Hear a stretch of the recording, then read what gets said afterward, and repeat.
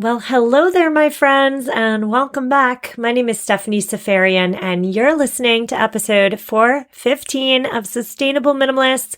This is a show about intentional and eco-friendly minimalist living. We are really honing in on the intentionalism today as we discuss holiday decor.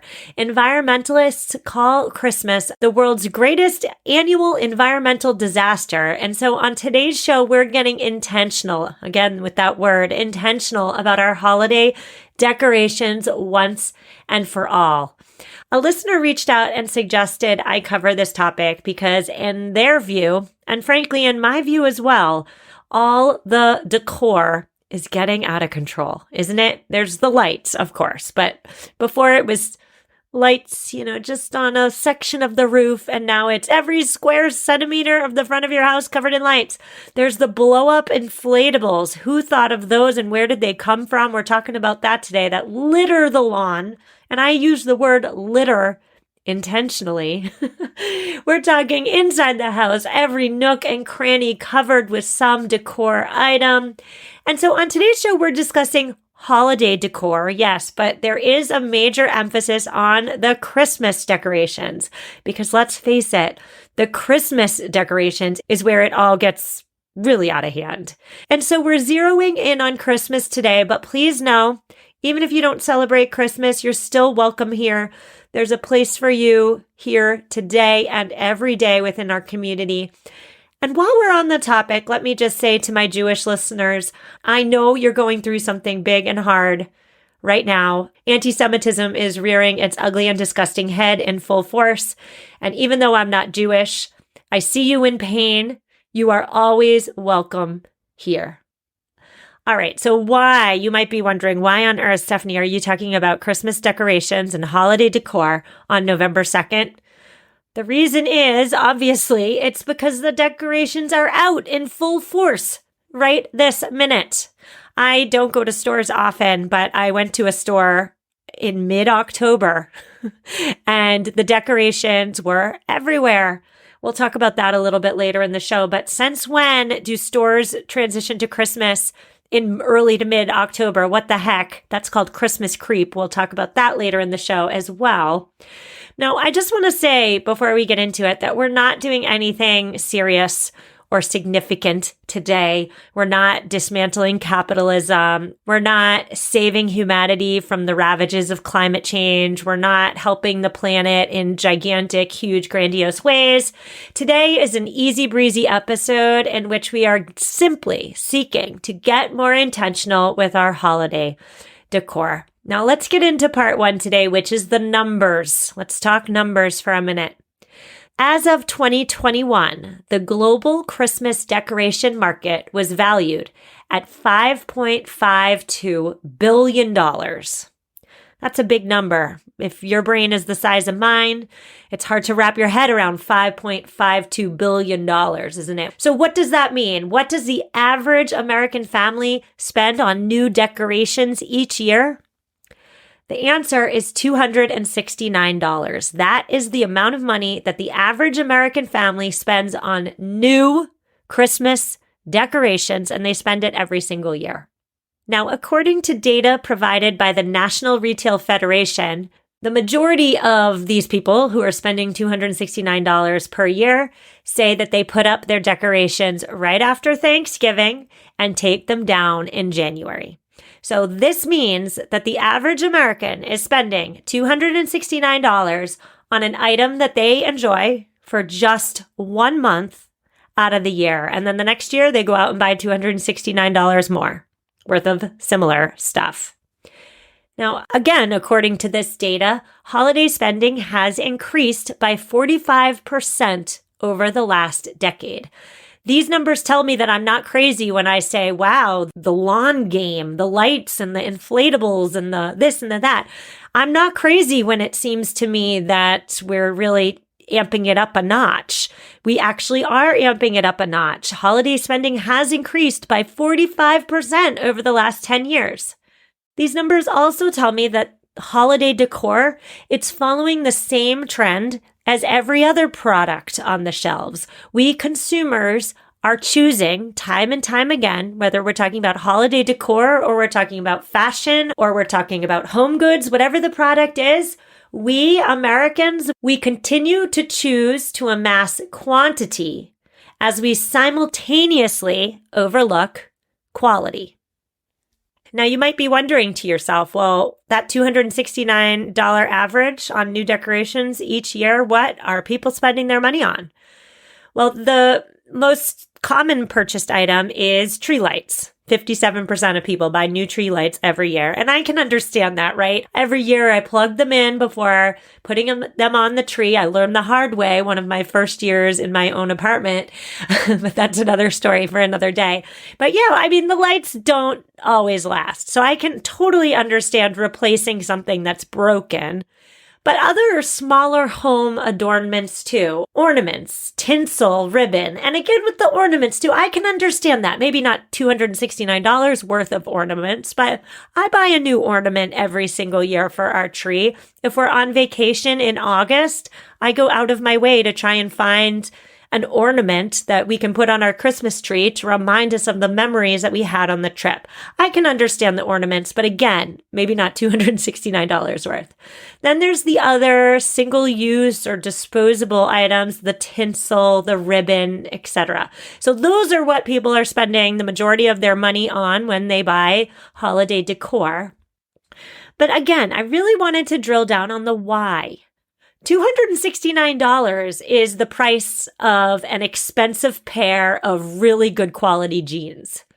$269 is the price of a really nice 100% cashmere sweater. This is a lot of money, right? And so if you're spending $269 on a pair of real great jeans or a real quality sweater, let's say, you're going to wear those items countless times this year and throughout the years. It's going to last. And so it's crazy to me, and maybe I'm just really darn frugal, but it's crazy to think about spending $269 for a month's worth of use, right? I mean, am I nuts? So why do so many of us do this? $269 for a month of enjoyment, and then it's gone. Well, the main factor that fuels the demand for this shiny and new holiday decor, it's the significance of the season, and particularly the significance of the Christmas holiday. And not only from a religious point of view, yes, if you celebrate Christmas, we're celebrating the birth of our Lord and Savior, but also the significance that has been created through marketing and capitalism and the stores and the commercials and the this and the that. This holiday has really been commercialized. It's really been built up so that it's significant, right? And when asked how they feel about the money they spend on decorations alone, the vast majority of participants in this DETA research study that I'm citing said that they believe their holiday spending on decorations was worthwhile. Many participants even said that they wished they could afford to pay for more. Participants tended to cite the fact that the Christmas season is magical and it's a family-oriented time. And so it seems to me that for many of us, Christmas in particular gives us the excuse we've been looking for to get swept away by or into the holiday spirit through spending. Now, other participants also said that decorating for the holiday season is their way to make this magical time more magical, to unite their families, to create that picture-perfect Christmas day, let's say, and also to create a more inclusive neighborhood. There was a subset of participants who said that, if you live in a neighborhood and other people are decorating, it is prudent of you to join in on the fun by decorating the exterior of your house. And so again, it does seem to me, as somebody who loves Christmas is my favorite holiday and December is my favorite month, but it does seem for me as though Christmas provides the perfect reason, the perfect excuse, let's say, for us to just throw caution to the wind and live daringly, live unintentionally, at least for 1 month, right? We'll deal with the mess. We'll deal with the guilt. We'll deal with all the trash we've created in January. We'll worry about the credit card statement and the debt that we perhaps accumulated in the new year. And I mentioned Christmas creep in our intro today. There is this phenomenon called Christmas creep. It's the tendency for Christmas-related products and decorations and advertising to be displayed earlier and earlier each year. And so again, I never go into stores if I can help it. It's just a personal preference. I don't get much enjoyment out of stores anymore. I always spend more money than I wanted to when I go into them. And so if I need something, I by and large buy it online. However, I did have to go to Lowe's 2 weeks ago. And if you don't know what Lowe's is, it's like a Home Depot. It's a gigantic box store that sells construction supplies and home stuff. I guess that's the best way I could describe Lowe's. But I had to go into Lowe's because I had to look at a sample of carpet. There was no way I could do this online. I had to go into a store. So my husband and I, we left our kids with my mom, the grandmother, and we went to Lowe's. This was mid-October, everybody, and I was absolutely shocked, and not shocked in a good way, to see the entire front of the store covered in Christmas stuff. I'm talking life-size Santas, all in different ethnicities. I'm talking life-size reindeer pulling a sled you could purchase, lights galore, blow-up yard things. It was jarring, if I'm being honest. And it was probably more jarring for me than other people because I never go into stores. And so it was just like, whoa, all the lights, all the colors, all the sounds, all the this and the that. I was like, get me out of here and get me out quickly.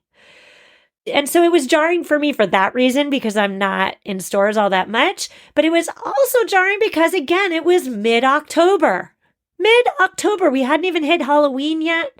And then on top of that, dare I say, this display with all the lights, all the life-size figurines, all the blow-up things with their individual fans making their little humming noises. If I'm going to be honest, I'm going to say it. None of it was tasteful. It was borderline gaudy.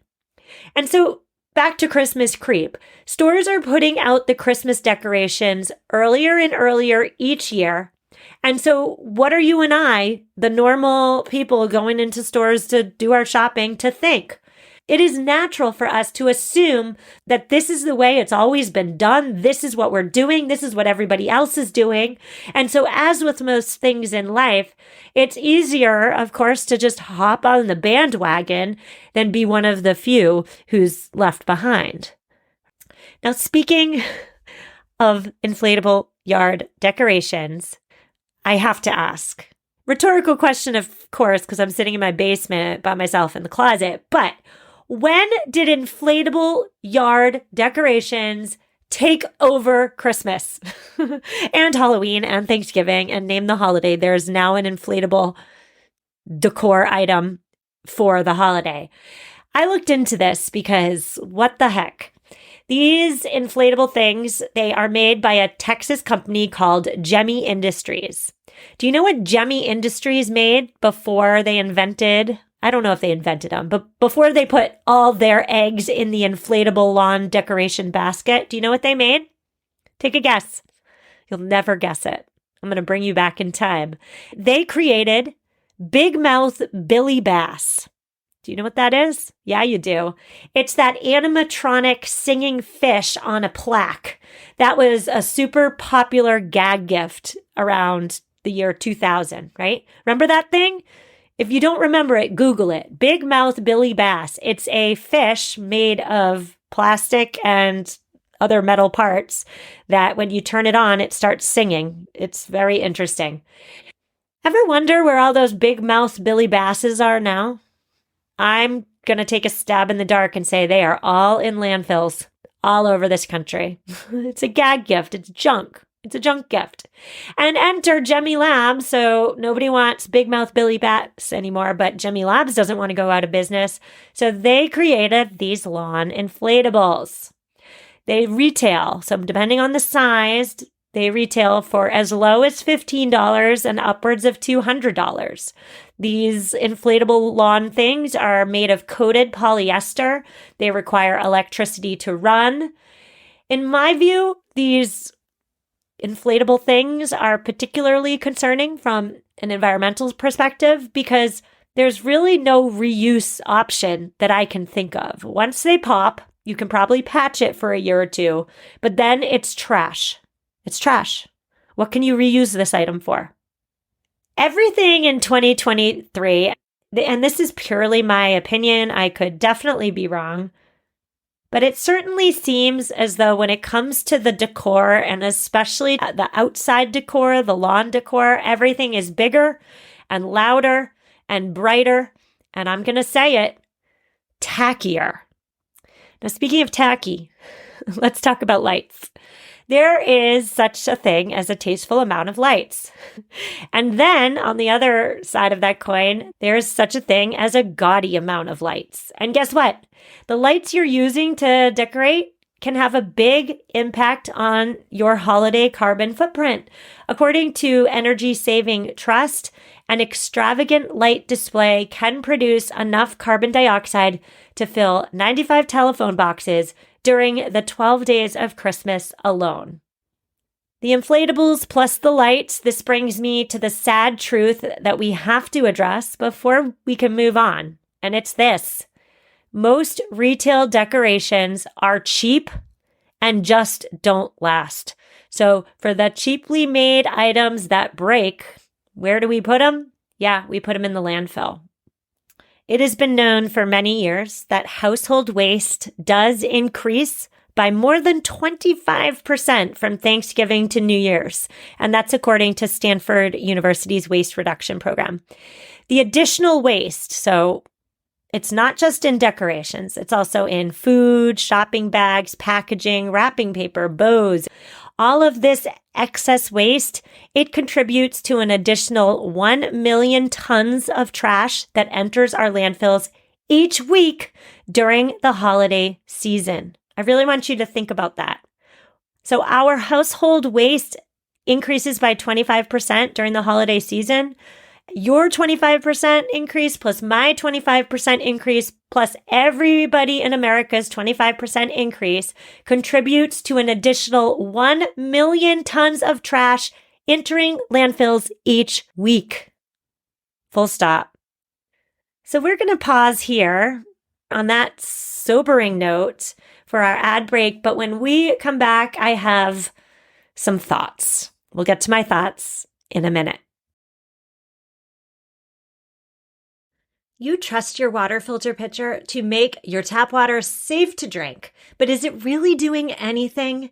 Most filters just can't remove gross contaminants like bacteria and parasites and PFAS and microplastics. I could go on and on. I trust my water filter pitcher for water that's safe for my family to drink. And if the brand I bought isn't doing what it advertised to do, that makes me feel so frustrated. Enter LifeStraw Home. LifeStraw Home is the kitchen upgrade you will wish you made years ago. It's the only water pitcher that filters out over 30 contaminants. It's made of glass, not plastic, and most importantly, for every pitcher sold, a child in need receives a year of safe water. Better filtration, better taste, better design. Use code SUSTAINABLE for 20% off your first purchase of any LifeStraw Home product at lifestraw.com. Cannot be combined with other offers. Have a full closet but nothing to wear? Armoire makes getting dressed so easy. With a clothing rental membership from Armoire, you can build the perfect fall wardrobe with brands that are high quality, unique, and recommended just for you. I'll be honest, I feel super guilty that I have items in my closet with the tag still on. I've never worn them. I'm never going to wear them. Armoire solves this problem for me. All you have to do is go to armoire.style/sustainable, take your 5-minute style quiz. Styles will show up at your door in as little as 2 days. And when you're ready for new clothes, you just swap them out for more new to you styles. Right now, my listeners can give Armoire a try and get up to 50% off their first month. That's up to $125 off. Just visit armoire.style/sustainable. ARMOIRE.style/sustainable to get up to 50% off your first month and never worry about what to wear again. Try Armoire today.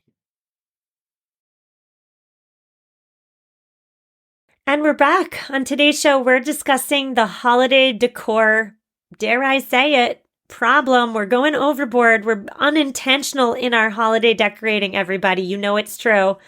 Now we're on to the part of today's show where we're discussing my thoughts. Like, how can we fully enjoy the holiday season and still be intentional and still make choices that are right for our families, right for our planet, right for our wallets? How can we combine all of that and make the best decisions for us?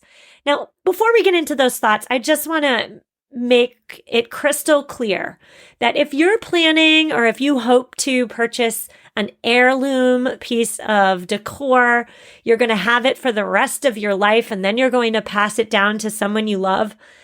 I'm not talking about those type of decorations today, right? I have personally wanted to add a manger scene to my home decor for at least the past 10 years, but I just haven't found one secondhand with all the pieces intact that I also happen to love.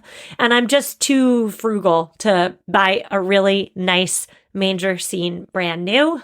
So I haven't bought one because remember, the quality heirloom pieces are really freaking expensive, aren't they? And so I've just gone without this manger scene. And I wouldn't say that my family's Christmases have been less than or lackluster simply because we don't have a manger. I wouldn't say that at all. The manger would perhaps add to the religious aspect of the holiday, but it's certainly not detracting from our celebrations by not having one. And so I'm not talking about the heirloom pieces.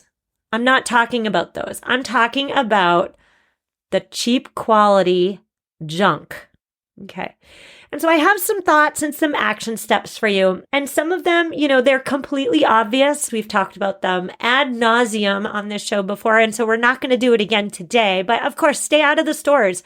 It's really hard to make intentional shopping, purchasing decisions when you're surrounded by the music and the colors and the ambiance. And the key here is the frenetic energy of everybody else in the store who's just gobbling stuff up and who's just running around with their carts on autopilot. It's really hard to make good decisions in that environment. So if you can stay out of it, if you can keep yourself out of that environment, that's really step one.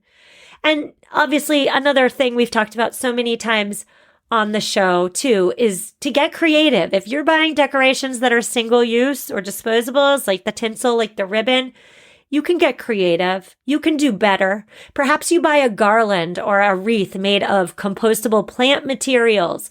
Perhaps you save last year's ribbon to wrap this year's gifts. Just another tangent here, but I saw a funny meme online and it said something along the lines that parenthood is basically a secret society in which parents, and particularly mothers, pass the same gift bag around and around and around. And the same goes for ribbon, right? I have never bought a spool of ribbon in my entire life. That is 100% true. I just keep using the same ribbon over and over and over again. So we're not talking about those two overplayed ideas today because, again, we've talked about them so many times before. Stay out of the stores and get creative. But what I do want to talk about today is what I consider to be step one, and that is to commit to not buying any new decor item until you've unpacked your holiday decor boxes and put out what you already have. We are conscious consumers, right? We are intentional citizens of this planet. And so if we're not going to go out and buy fast fashion because we don't need another cheap sweatshirt, we are similarly not going to go out and buy holiday votive candles with a snowflake pattern on them simply because they're cute. Speaking of, Now is the time to declutter the decorations you no longer love, right now. So this episode releases on November 2nd. I know, very early in the year.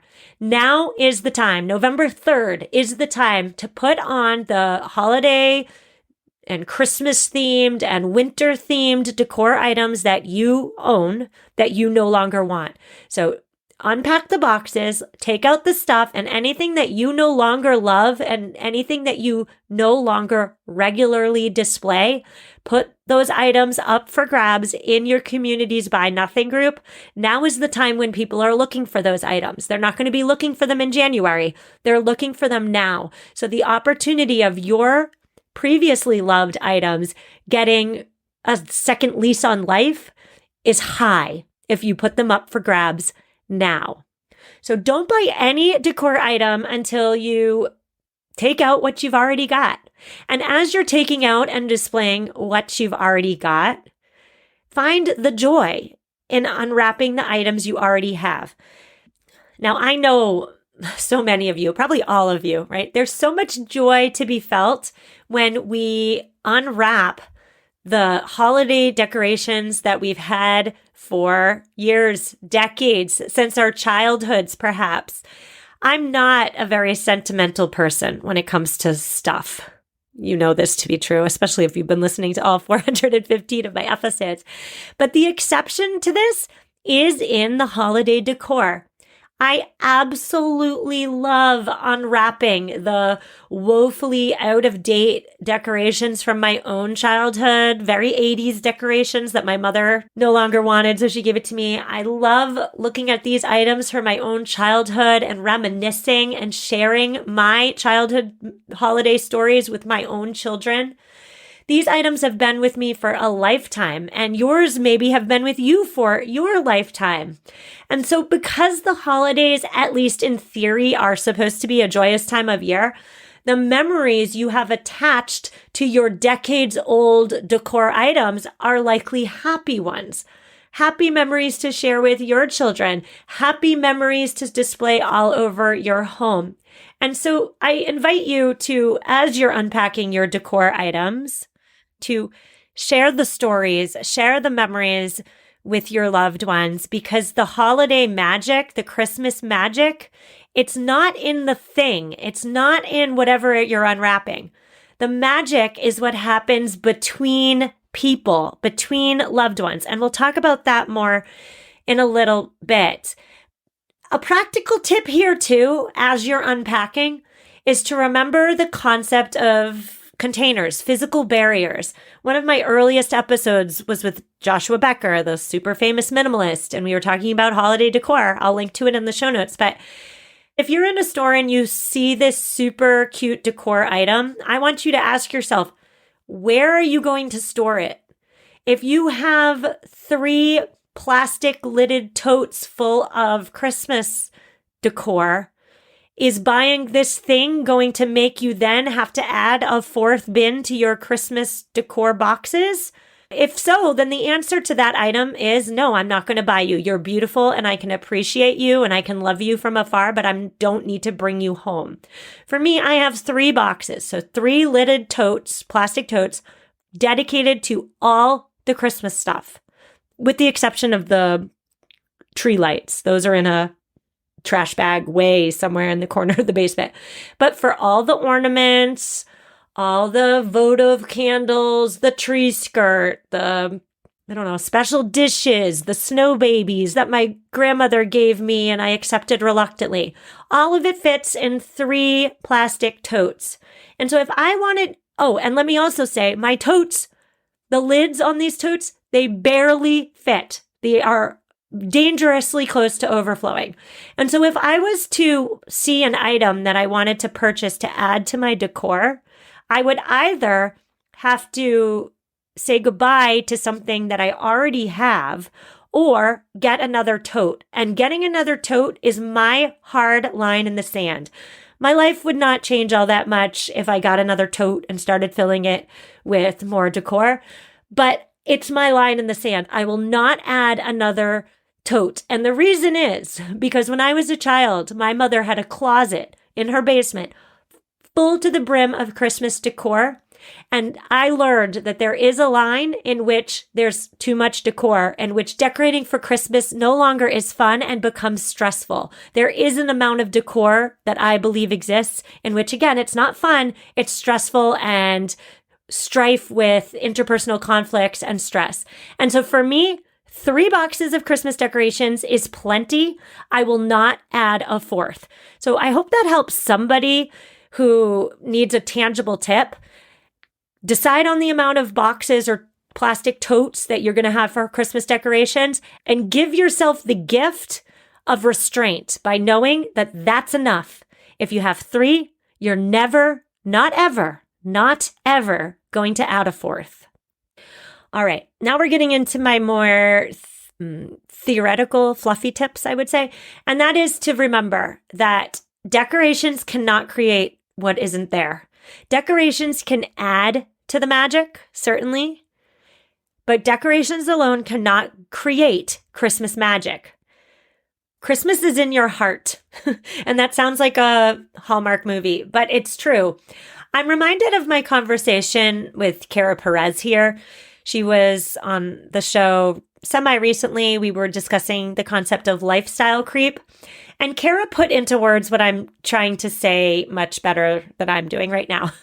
Kara said that in anything, in any situation in life, not holiday related, Kara asks herself, what's my main goal here? What's my number one goal? Is my number one goal to be the most attractive person at this party? Or is my main goal to network? Is my main goal to meet one new person? Is my main goal to have fun? Drill down on your one main goal for decorating. What's your main goal for having this holiday decor? Is it to wow your neighbors? Is it to cover up some aspect of your home that you feel is inadequate? Is it to add to existing magic that's already present in your home during the season? Is it to amplify the magic? Remember that your decorations are not going to create a magical season if the magic is not already within you. The decor will add to it, certainly, but items you buy in a store will never, ever have the power to create magic. These items are just things. They can't create magic. And so that brings me to my final and most important soapbox thought. And that is to remember, what really matters during the holiday season. As I was researching for this episode, I really wanted to nail down on the why. Why do so many of us throw our hard-earned money, $269 worth, out the window every holiday season? Or better yet, a better analogy here would be, why do we throw $269 in the trash can by buying cheap decorations that are destined for the landfill, right? The answer that I found in my research came down to some variation of this. And it is that the smile on my child's face makes it all worth it. I want to make my child smile. I want my child to have an amazing holiday season. And so that's why we do it. That's the underlying reason. We want to create the magic or add to the magic for our children, the younger ones in our lives, right? We all want our children to be happy. We all want our children to experience the magic, of course, myself included. I want to add to my children's Christmas magic and happiness and joy and festivities. Absolutely. In addition to keeping them safe and healthy and well-adjusted, I also am here to increase their amounts of happiness that they have in their childhoods. But let's remember this. The smile on your child's face from that inflatable Snoopy wearing the Christmas hat in the airplane that you have on your front lawn, the smile that your child is going to have from that inflatable thing on your front lawn is a fleeting smile. It's not lasting.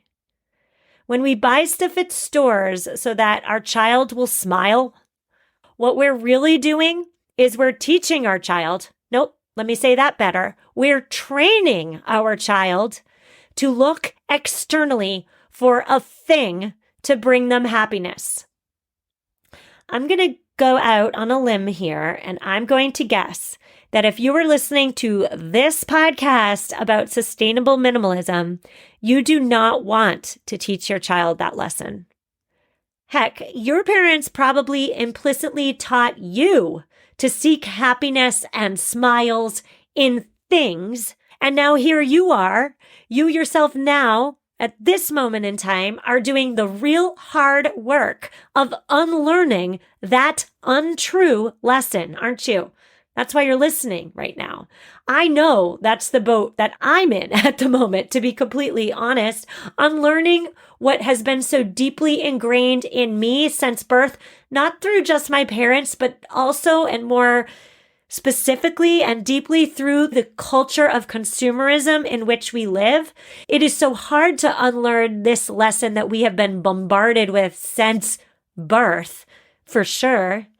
But next time you find yourself buying your child a thing, whether it be a blow-up yard decoration for Christmas, or a Pokemon stuffed animal, or a donut, or whatever the thing is, next time you find yourself thinking about buying your child a thing so that they may smile, remember this: happiness that originates externally is almost always, if not always, fleeting happiness.